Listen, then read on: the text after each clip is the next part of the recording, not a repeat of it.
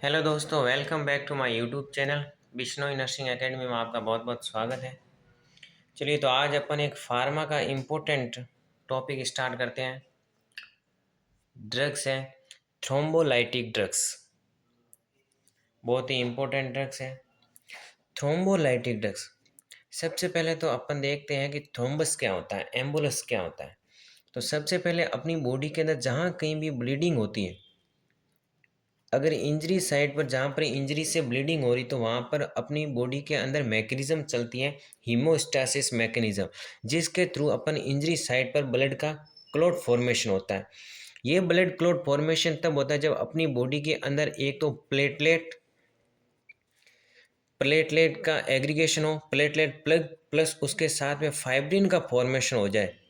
तो उस कंडीशन को अपन बोलेंगे कि बॉडी के अंदर ब्लड क्लॉट का फॉर्मेशन हो गया इंजरी साइड पर। तो प्लेटलेट प्लग प्लस फाइब्रिन दोनों को मिलाकर के बोला जाता है ब्लड क्लॉट। जब तक अपनी प्लेटलेट प्लग का फॉर्मेशन हो गया और फाइब्रिन का नहीं हुआ है, दोनों की अलग अलग मैकेनिज्म है, जिसका भी वीडियो मैं प्रीवियस में दे चुका हूँ कि किस प्रकार से ब्लड क्लॉट फॉर्मेशन होता है। तो प्लेटलेट प्लग प्लस फाइब्रिन दोनों मिले होते हैं, जैसे प्लेग का इस प्रकार से प्लेटलेट प्लग बन गया और इसके ऊपर कुछ फाइब्रिन के रेशे आ जाएंगे, तब इस कंडीशन को अपन बोलेंगे ब्लड क्लॉट फॉर्मेशन। अब ये अपन ड्रग्स यूज करें, थ्रोम्बोलाइटिक ड्रग्स, कार्डियक की ड्रग्स है, ब्लड रिलेटेड ड्रग्स है, बहुत ही इंपॉर्टेंट ड्रग्स है। थ्रोम्बोलाइटिक ड्रग्स ऐसी ड्रग्स जो थ्रोम्बस का फॉर्मेशन होने से रोके, अपनी बॉडी के अंदर थ्रोम्बस का फॉर्मेशन होने से रोके, इस प्रकार की ड्रग्स को बोला जाता है थ्रोम्बोलाइटिक ड्रग्स। ये ड्रग्स क्या करेगी, इस फाइब्रिन का फॉर्मेशन नहीं होने देगी। जब फाइब्रिन का फॉर्मेशन नहीं होने देगी तो केवल प्लेटलेट प्लग ही बनेगा, और जब केवल ये प्लग बनेगा तो ब्लड क्लॉट पूर्णतः नहीं फॉर्मेशन हो पाएगा, क्योंकि जब तक फाइब्रिन के साथ में प्लेटलेट दोनों नहीं मिल जाए तब तक ब्लड क्लॉट फॉर्मेशन नहीं होगा। तो इस कंडीशन के दौरान थ्रोम्बोलाइटिक ड्रग्स होती है वो इस फाइब्रिन के फॉर्मेशन को रोकती है, बल्कि फाइब्रिन का फॉर्मेशन नहीं होने देती, केवल और केवल प्लेटलेट्स प्लग बनता है। एक एंटी प्लेटलेट ड्रग्स आती है, वो प्लेटलेट्स प्लग फॉर्मेशन को नहीं होने देती और ये फाइब्रिन को फॉर्मेशन नहीं होने देती। तो इस प्रकार की ड्रग्स होती है। अपन अब स्टार्ट करते हैं। तो ये जो ड्रग्स होती है, तो मैं लिख सकता हूँ कि दीज ड्रग्स, थ्रोम्बोलाइटिक ड्रग्स के अंदर लिख सकता हूँ कि दीज ड्रग्स,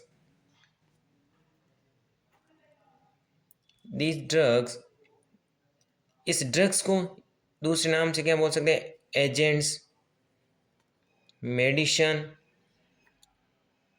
एगोनिस्ट, कुछ भी इसको बोल सकते हैं। तो दिस ड्रग्स या एजेंट्स या मेडिसन या substance which are used to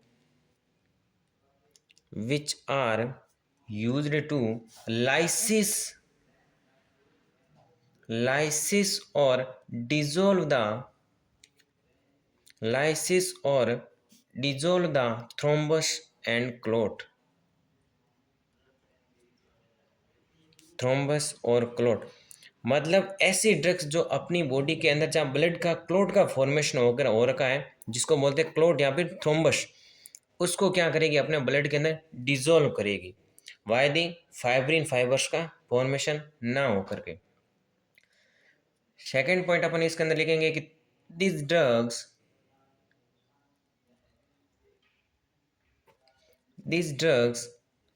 are used to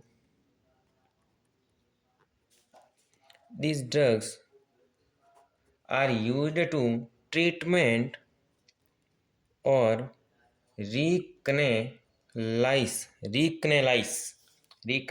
of vessels occultated blood vessels, और मेनली कौन सी, कोरोनरी आर्टरी। तो अपन इसके अंदर क्या लिखेंगे,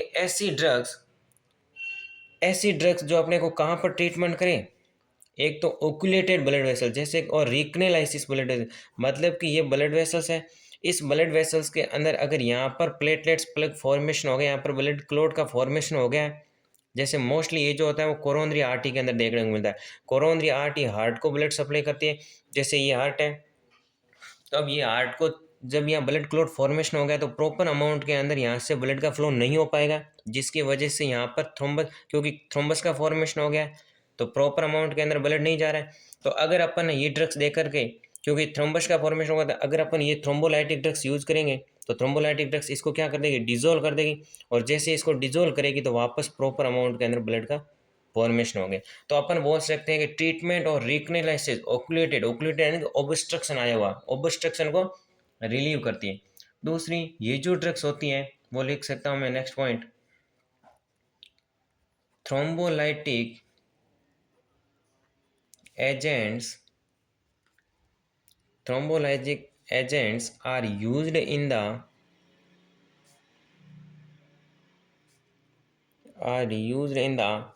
treatment to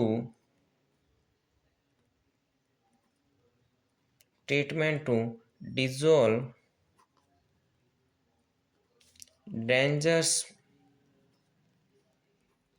dangerous blood clot in blood vessels and improve the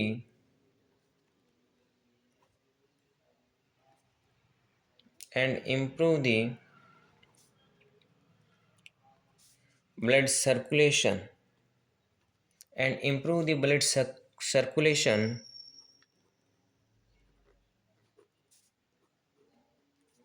and prevent the damage to the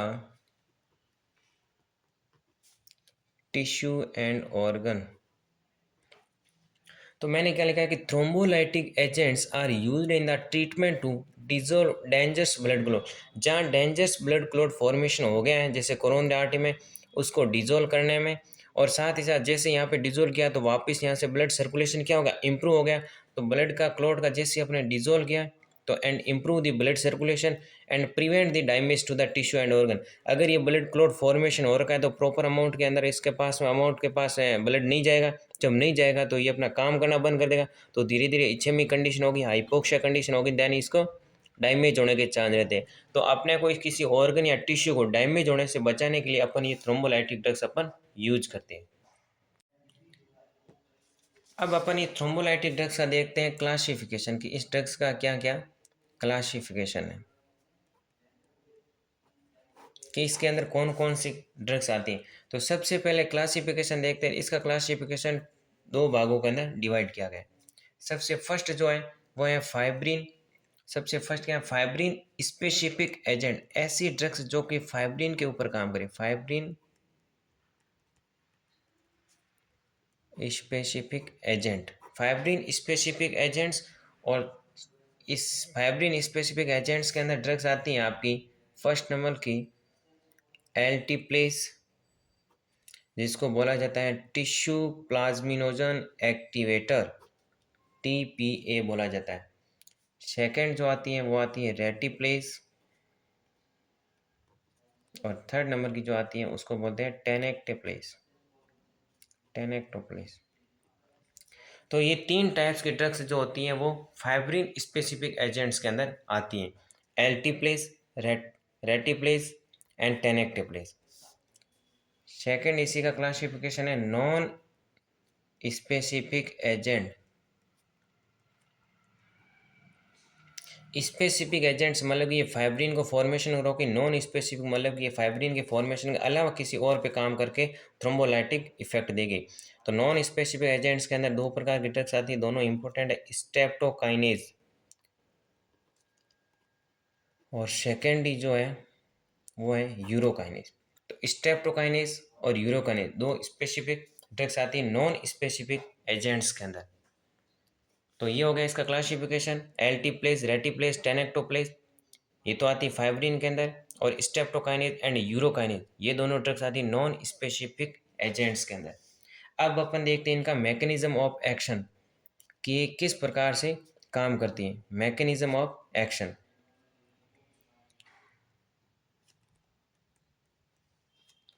mechanism of action कि किस प्रकार से ये काम करती है। तो सबसे पहले क्या होती है कि ये जो ड्रग्स होती हैं वो अपनी बॉडी के अंदर जा कर के प्लाज्मिनोजन नामक का एक प्रोटीन या फिर जिसको बोल सकते हैं कि एंजाइम्स, ये प्रेजेंट होता है। वो क्या करता है कि प्लाज्मिन का फॉर्मेशन करता है, और वो प्लाज्मिन जो होता है वो अपनी जहाँ ब्लड क्लॉट के अंदर फाइब्रिन का फॉर्मेशन हुआ है उसको वो क्या करेगा, डिग्रेड करेगा। तो ये जो ड्रग्स होगी वो क्या करेगी, मैं लिखता हूँ यहाँ पे कि these drugs is activator the किसको एक्टिवेट करेगी? प्लाज्मिनोजन को। ये प्लाज्मिनोजन को एक्टिवेट करेगी और प्लाज्मिनोजन को एक्टिवेट करके वो क्या फॉर्मेशन करेगा? To form the plasmin. और वो अपनी बॉडी के अंदर क्या फॉर्मेशन कराएगा? प्लाज्मिन का फॉर्मेशन कराएगा। प्लाज्मिन का फॉर्मेशन करेगा एंड डिजोल्व द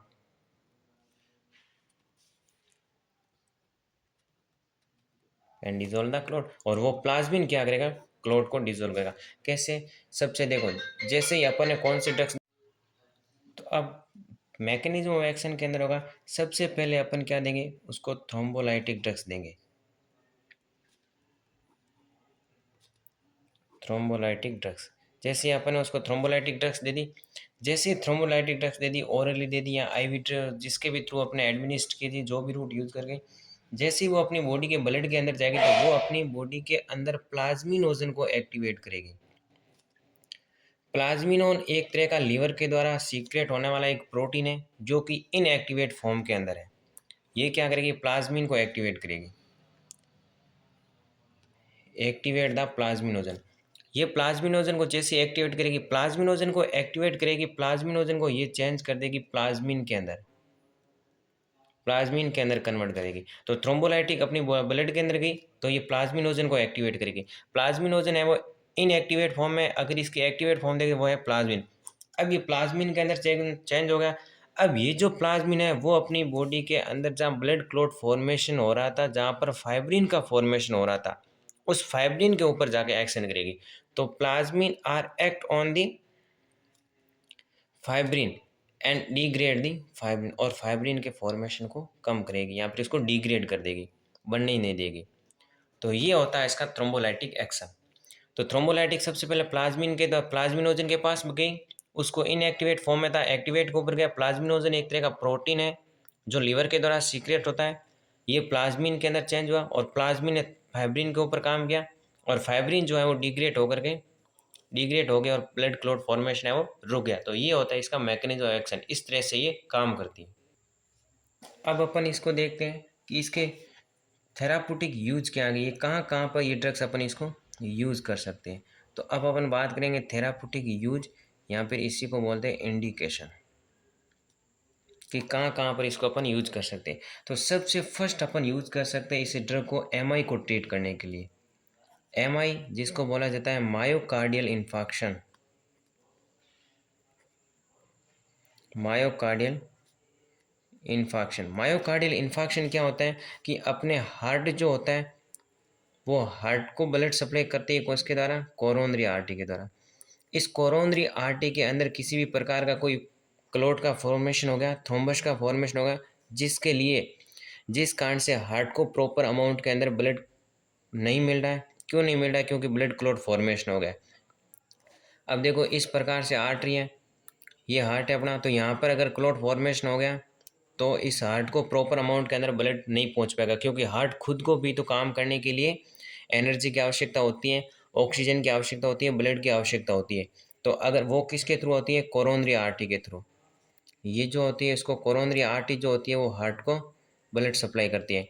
तो अगर इस कोरोनरी आर्टरी के अंदर ब्लॉकेज आ गया तो जिसकी वजह से हार्ट को प्रॉपर अमाउंट के अंदर ब्लड नहीं जा पाएगा, जिसकी वजह से हार्ट काम नहीं कर पाएगा और उसकी कंडीशन हो जाएगी इच्छेमिया। देन इच्छेमिया के बाद में हाइपोक्सिया वगैरह की कंडीशन हो जाएगी। और इसके बाद में जो मायोकार्डियल इन्फाक्शन के अंदर क्या होता है कि हार्ट के जो टिश्यू होते हैं उनकी धीरे धीरे डेथ होनी स्टार्ट हो जाती है। इन्फाक्शन मतलब कि डेथ, और मायोकार्डियल मतलब कि हार्ट की जो मायोकार्डियल मसल्स है, उसके अंदर टिश्यू डेथ होनी स्टार्ट हो जाएगी, जिसकी वजह से इच्छेमिया की कंडीशन आ जाएगी और हार्ट काम नहीं कर पाएगा। तो उस दौरान उस कंडीशन को बोला जाता है एमआई। अगर अपन ने ये ड्रग्स दे दी तो यहाँ से ये थ्रोम्बस को रिमूव कर देगा, देन वापस से ब्लड जो फ्लो है वो इम्प्रूव कर देगा, सर्कुलेशन तेज कर देगा। इसके अलावा एक और कंडीशन आती है डीवीटी, जिसका फुल फॉर्म है डीप वेन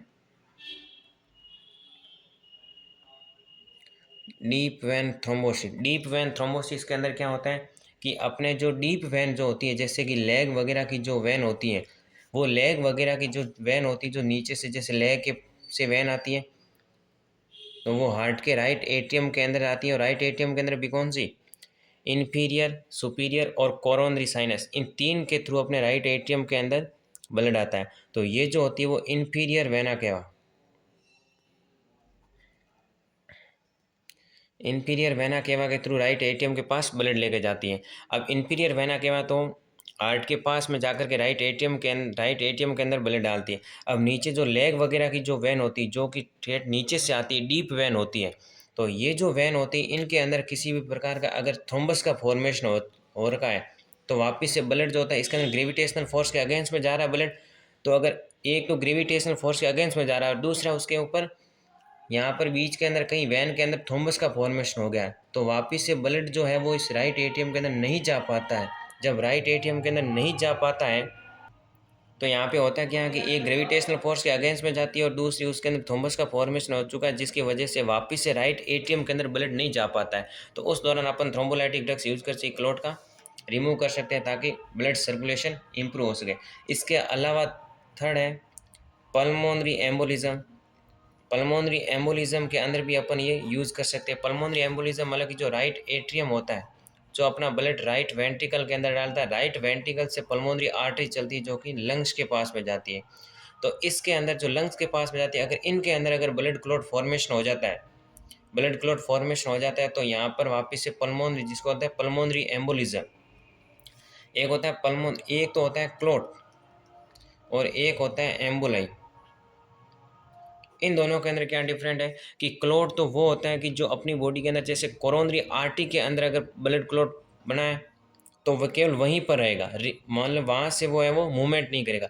लेकिन एम्बोलाई वो होता है जो कि एक वेन से या एक आर्टरी से ब्लड के अंदर सर्कुलेट होता रहता है। जैसे कि यहाँ पे हार्ट के अंदर बना है तो यहाँ से पल्मोनरी एम्बोलिज्म पल्मोनरी के आर्टरी के थ्रू लंग्स में चला जाएगा, लंग्स से वापस इनके पास आ जाएगा, यहाँ से एरोटा में चला जाएगा। तो इस प्रकार एम्बोलाई एक प्रकार का क्लॉट है, बट ये मूवेबल है, मूवमेंट करता है, और क्लॉट जो होता है वो एक जगह रहता है। तो पल्मोनरी एम्बोलिज्म के अंदर यूज करते हैं। इसका मतलब कि पल्मोनरी आर्टरी के अंदर एम्बुलस का फॉर्मेशन हो गया, तो वो अब क्या होगा कि आगे आगे सर्कुलेट होकर लंग्स के पास चला जाएगा, तो वापस लंग्स के अंदर दिक्कत करेगा। तो अगर अपन ने थ्रोम्बोलाइटिक ड्रग्स दे दी और इसको यहीं से हटा दिया तो इस चीज़ के लिए प्रिवेंट कर लेंगे अपन, लंग्स के अंदर ज़्यादा डिफिकल्टी नहीं आएगी। तो पल्मोनरी एम्बोलिज्म के अंदर भी अपन इस ड्रग्स को यूज कर सकते हैं। इसके अलावा देखी जाए तो पेरीफेरल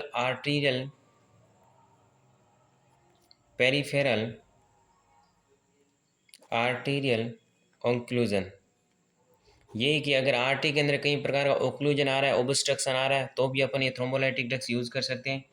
इसके अलावा आर्टीरियल थ्रोम्बोसिस के अंदर भी यूज़ कर सकते हैं। वही कंडीशन है कि अगर आर्टरी के अंदर थ्रोम्बस का फॉर्मेशन हो गया तो उसको रिमूव करने के लिए, ताकि ब्लड सर्कुलेशन वापस इंप्रूव हो सके।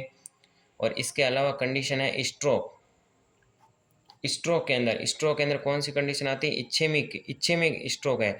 अब स्ट्रोक क्या होता है कि स्ट्रोक अपने ब्रेन जो होता है, अपना जो ब्रेन होता है, उस ब्रेन को दो प्रकार की आर्टरी सप्लाई करती है।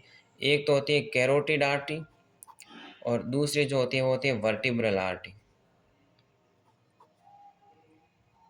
वर्टिब्रल आर्टरी, कैरोटिड के अंदर भी नाम आती है इंटरनल कैरोटिड आर्टरी, दो होती है इंटरनल और एक्सटर्नल। लेकिन इंटरनल कैरोटिड आर्टरी होती है ब्रेन को ब्लड सप्लाई करती है, और एक होती है वर्टिब्रल आर्टरी।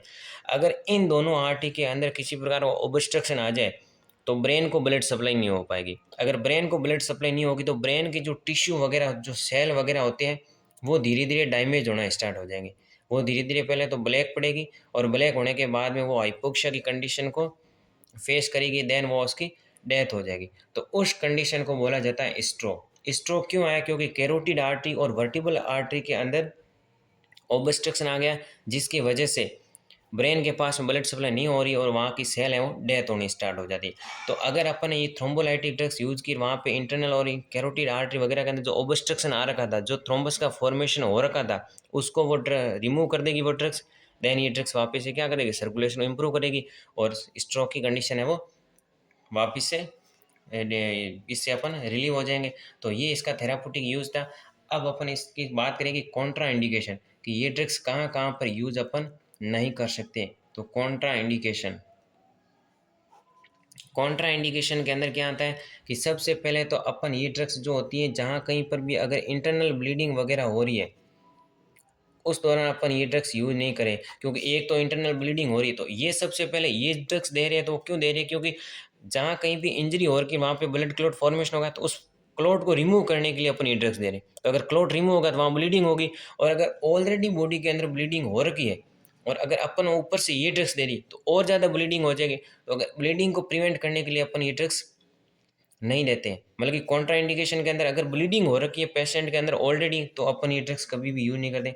दूसरी, अगर इस ड्रग्स के किसी को एलर्जी है, hyper sensitivity of this drugs, मतलब कि अगर पहले से अगर किसी प्रकार की कोई एलर्जी वगैरह और की, जैसे किस प्रकार, जैसे किसी को गेहूं से, किसी को धूल मिट्टी से, उनकी से एलर्जी होती, तो अपन उस प्लेस पर जाने से बचते हैं। मतलब कि जैसे गेहूं से, किसी किसी को गेहूं से एलर्जी होती है तो गेहूं के पास में जाने से बचते हैं। किसी को धूल मिट्टी से होती है तो वो ज़्यादातर उस चीज़ों के पास में नहीं जाता जिससे एलर्जी हो रही है। तो इसी प्रकार से अगर थ्रोम्बोलाइटिक ड्रग्स से एलर्जी हो रही है तो वो ड्रग्स उस पेशेंट को नहीं देनी है। इसके अलावा बात करें तो एक कंडीशन आती है स्ट्रोक। तो मैंने बताया कि स्ट्रोक के अंदर इस ड्रग्स को दे भी सकते हैं, बट स्ट्रोक के अंदर कॉन्ट्रा इंडिकेट भी है।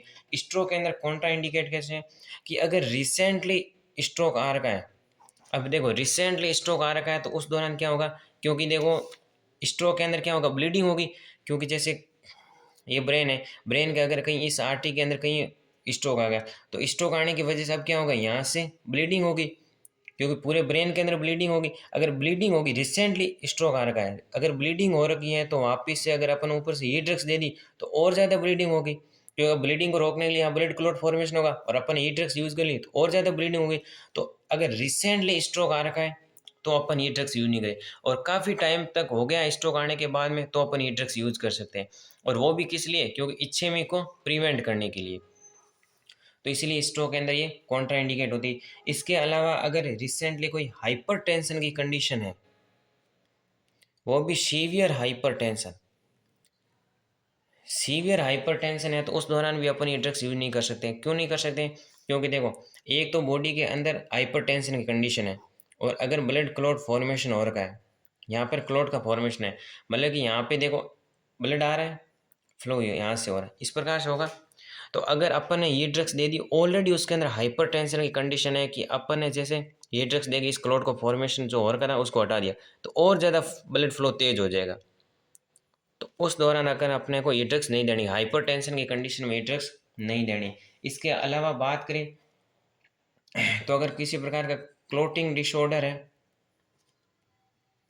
क्लोटिंग डिसऑर्डर है जैसे हीमोफीलिया वगैरह, जहाँ पर क्लोटिंग फैक्टर के दौरान जो क्लोट फॉर्मेशन होता है, अगर वो हो रखा है तो भी पेशेंट को ये यूज नहीं करनी। तो ये होते हैं इस ड्रग्स के कॉन्ट्रा इंडिकेट। अब अपन बात करते हैं इस ड्रग्स का एडवर्स इफेक्ट क्या आता है। एडवर्स इफेक्ट, नाम से एडवर्स इफेक्ट मतलब कि जो अपन नहीं चाहते थे लेकिन फिर भी वो उस कंडीशन के दौरान इस ड्रग्स में अराइज हो रहे हैं। तो एडवर्स इफेक्ट की बात करें तो सबसे मेन एडवर्स इफेक्ट क्या आएगा, ब्लीडिंग, या फिर जिसको बोला जाता है हेमरेज। क्योंकि अपन ड्रग्स कौन सी दे रहे, क्लोट फॉर्मेशन नहीं हो, अगर नहीं होगा तो ब्लीडिंग होगी, सीधी बात है। और कॉन्ट्रा इंडिकेट में भी यही लिख रहे थे, जहाँ ब्लीडिंग हो रही है उस पर्सन को नहीं देनी। तो सबसे पहली बात है ब्लीडिंग हो रही है। इसके अलावा ये ड्रग्स क्या कर सकती हैं, एडवर्स इफेक्ट और इस ड्रग्स क्या हो सकता है कि हाइपोटेंशन हो सकता है। हाइपोटेंशन, हाइपोटेंशन कैसे होगा कि जैसे अपन ने ये ड्रग्स दे रखी है, अगर अपन ने ये ड्रग्स दे रखी है तो इस ड्रग्स का क्या होगा, अगर हाइपो नहीं हाइपर, सॉरी हाइपर, हाइपरटेंशन क्यों होगा, क्योंकि जैसे अपन ने ये ड्रग्स दे दी, यहाँ से इसको रिमूव कर दिया क्लोट को, तो वापस ब्लड फ्लो तेज हो जाएगा, ब्लड फ्लो तेज हो जाएगा तो हाइपरटेंशन की कंडीशन हो जाएगी। तो हाइपरटेंशन, सॉरी हाइपरटेंशन याद आना, हाइपरटेंशन। इसके अलावा nausea and vomiting, nausea vomiting क्यों होगा, क्योंकि कई सारे रिसेप्टार प्रेजेंट होते हैं, CTZ receptor, chemo receptor, trigger zone, ये कहाँ होते हैं, ये मेडुला ओब्लोंगेटा के अंदर होता है, और ये अपनी बॉडी के अंदर अपने वोमिटिंग के लिए रेस्पॉन्सिबल होते हैं। अगर सीटी जेड रिसेप्टर एक्टिवेट हो जाते हैं तो अपने बॉडी के अंदर क्या होती है, वोमिटिंग होती है, मतलब कि जो स्टोमक का जो कंटेंट है वो माउथ के थ्रू बाहर निकल जाएगा, और सम पार्ट दी नोज के द्वारा भी। तो उस दौरान ये जो ड्रग्स होती है वो कहीं ना कहीं सीटी जेड रिसेप्टर को, कीमो रिसेप्टर, इसकी full form chemo receptor trigger zone, chemo receptor trigger zone, तो ये क्या करता है, इस कीमो रिसेप्टर ट्रिगर जोन को क्या कर सकता है, एक्टिवेट कर सकता है, जिसकी वजह से नोजिया वोमिटिंग वगैरह होने के भी चांसेस अपनी बॉडी के अंदर बढ़ जाते हैं। इसके अलावा इसका नेक्स्ट एडवर्स इफेक्ट क्या हो जाएगा, जैसे कि एनीमिया, एनीमिया वगैरह हो जाएगा, मतलब कि आरबीसी काउंट वगैरह कम हो सकती है, क्योंकि ये क्या करता है बोन मैरो को, क्योंकि ये जो ड्रग्स होती है वो बोन जो मैरो होता है जहाँ अपने आरबीसी सेल वगैरह का प्रोडक्शन होता है, तो उसके फंक्शन को ये डिस्टर्ब कर सकता है। तो लेकिन डिस्टर्ब दी बोन मैरो फंक्शन, जिसकी वजह से एनीमिया हो सकता है।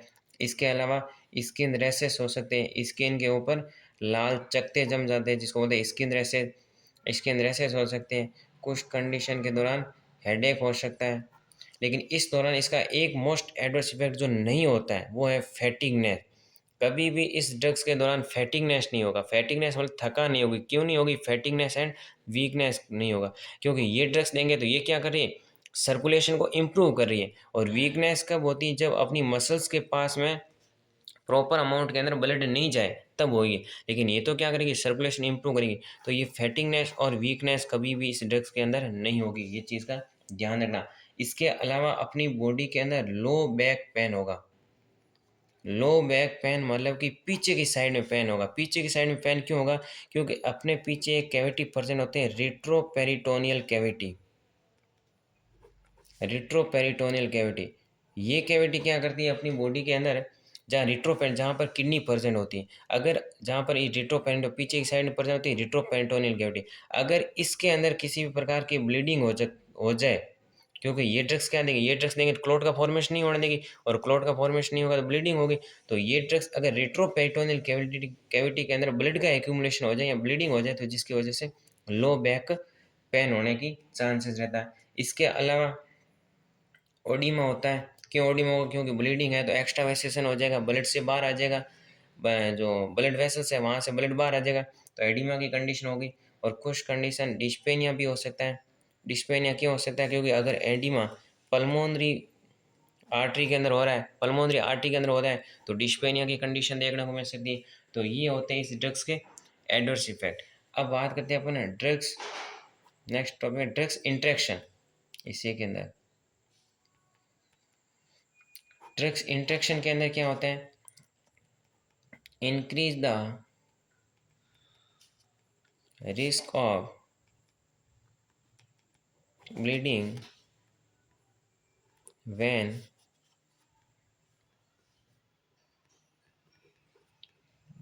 thrombolytic drugs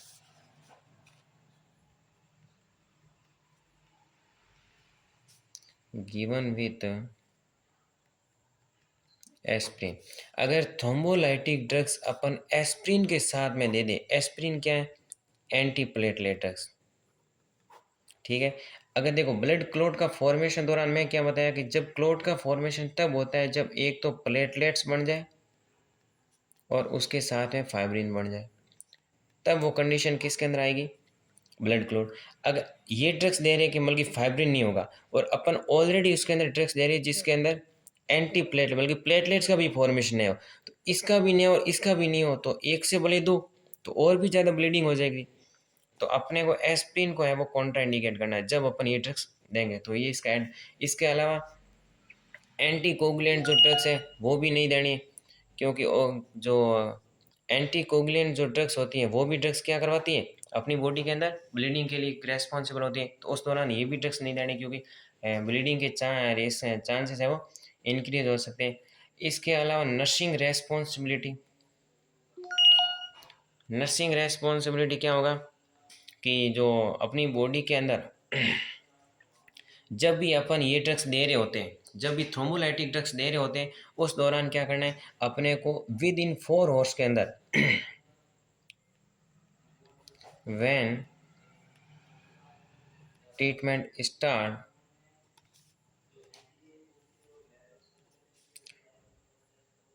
and check the within 4 hours of haematuria, epistaxis epistaxis and इसके अलावा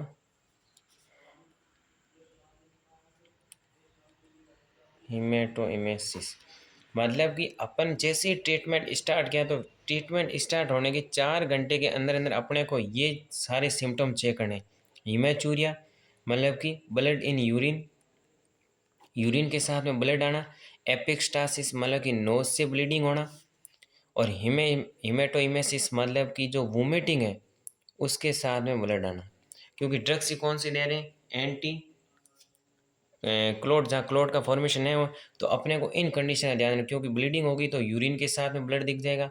नोज से ब्लीडिंग होगी क्योंकि कैपिलरी वगैरह फटेगी तो वहाँ से ब्लीडिंग हो सकती है, क्योंकि ये ड्रग्स ही ब्लड का क्लॉट नहीं होने देगी। इसके अलावा वोमिटिंग के अंदर भी देखने को मिल सकता है। तो ये सारी कंडीशन को अपने को असेस करना है। इसके अलावा दूसरा नर्स का काम है कि एडवर्स इफेक्ट जो आ रहे हैं उन एडवर्स इफेक्ट को असेस करना है, असेस दी एडवर्स इफेक्ट। और अगर कोई भी सीवियर कॉम्प्लिकेशन आ रहा है, पेशेंट के अंदर कोई सीवियर कॉम्प्लिकेशन आ रहा है, जैसे कि इसका एडवर्स इफेक्ट क्या है, वो हेमरेज हो रहा है, अगर सीवियर हेमरेज हो रखा है तो अपने को तुरंत उसको फिजिशियन को रिपोर्ट करना है।